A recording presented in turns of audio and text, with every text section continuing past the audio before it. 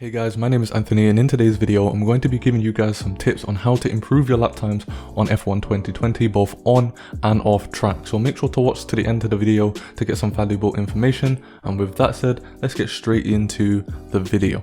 So for the structure of this video, what I'm going to do is talk about what you can do to improve your lap times and consistency on track in both dry and wet conditions, and then we'll talk about what you can do off track in order to help improve your consistency and lap times on F1 2020. So one thing I've seen from watching hot laps from those looking for tips, whether it's on Twitter, whether it's on Discord or whatever it is that people are just not using as much of the track as they think they are. On F1 2020, curbs are way less aggressive at most tracks. There are some tracks with pretty aggressive curbs. Russia comes to mind whenever I think of that.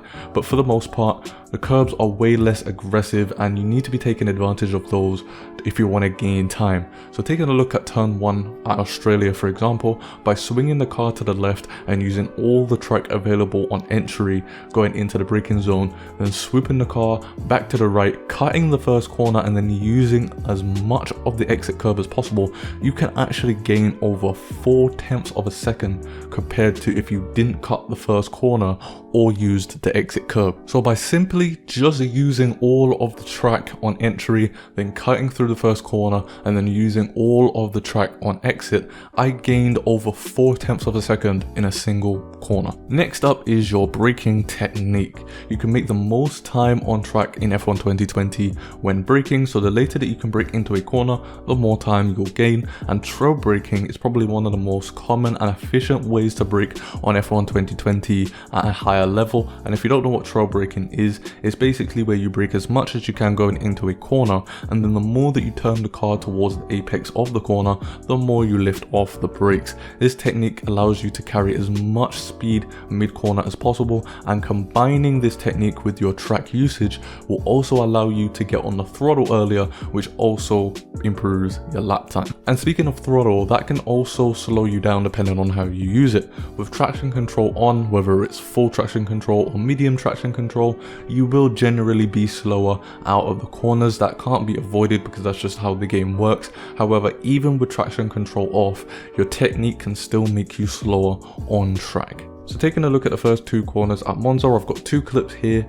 coming out of the first chicane, and you guys can see for yourselves the difference in the throttle technique and just how much time you can gain based on how you use the throttle. Now moving on to wet conditions. For wet conditions, you want to change your on-track technique just a little bit. For example, for the most part, you don't really want to use curbs as they will just cause you to spin, especially on traction.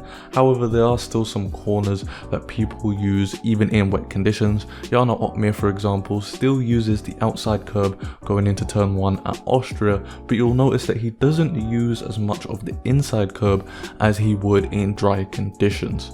And also for your braking and throttle inputs, you'll need to be a lot smoother with them. The more aggressive you are in wet conditions, then the most likely you're going to spin the car, especially if you're not using any sort of assists.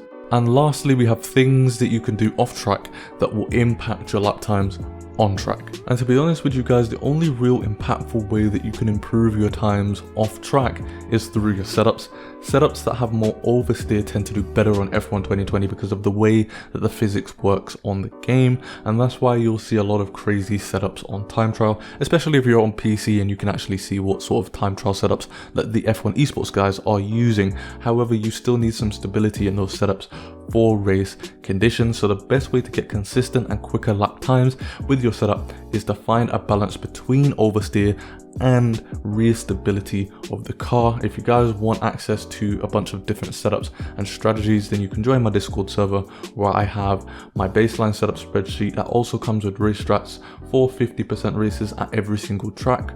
Or to save yourself some time, you can also just take a time trial setup and then change some of the stuff to make the car more stable. I do have a video on the channel already that discusses what the difference is between a time trial setup and a race setup, so make sure to go to the link at the top right hand side of the screen or in the description below to check out that video. So yeah, this video was short and sweet, especially compared to some of my other tip videos, but I hope that it was able to help you see some ways that you can instantly improve your lap times for both qualifying and the race. So if you did enjoy this video, make sure to hit the like button, and if you're new to the channel and you're still watching by this point, make sure to hit the subscribe button for more F1 tip videos and league racing content and stuff like that. And I hope to see you guys in the next video.